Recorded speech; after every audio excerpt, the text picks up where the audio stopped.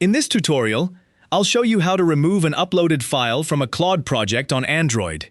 This is useful when a document is outdated, belongs in another project, or should no longer be available as context for future chats.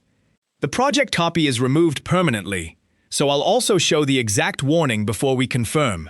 Start on your home screen, open the app drawer, find Claude, and tap the Claude icon. When the new chat screen appears, tap the menu button in the top left corner.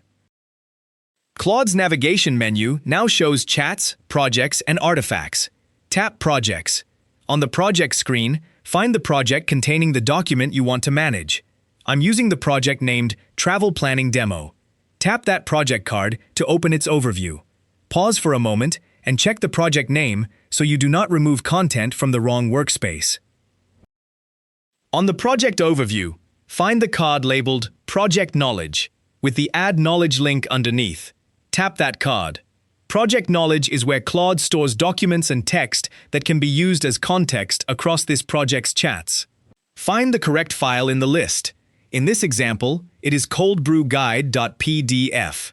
Verify the full file name before opening its controls, especially when several uploaded documents look similar. Tap the three-dot More Options button on the file card. A small menu appears with Delete in red. Tap Delete to open the Delete document confirmation. Claude warns, "Are you sure? This will be gone forever." If you selected the wrong document, tap Cancel and nothing is removed. I'll demonstrate that safety option once, then open More Options again and tap Delete. Read the warning one final time before continuing. Now tap Delete in the confirmation dialog. Claude removes the file card and returns to the empty Project Knowledge page. You can see 0% of project capacity used and the Add Content button, confirming that this project no longer contains the document.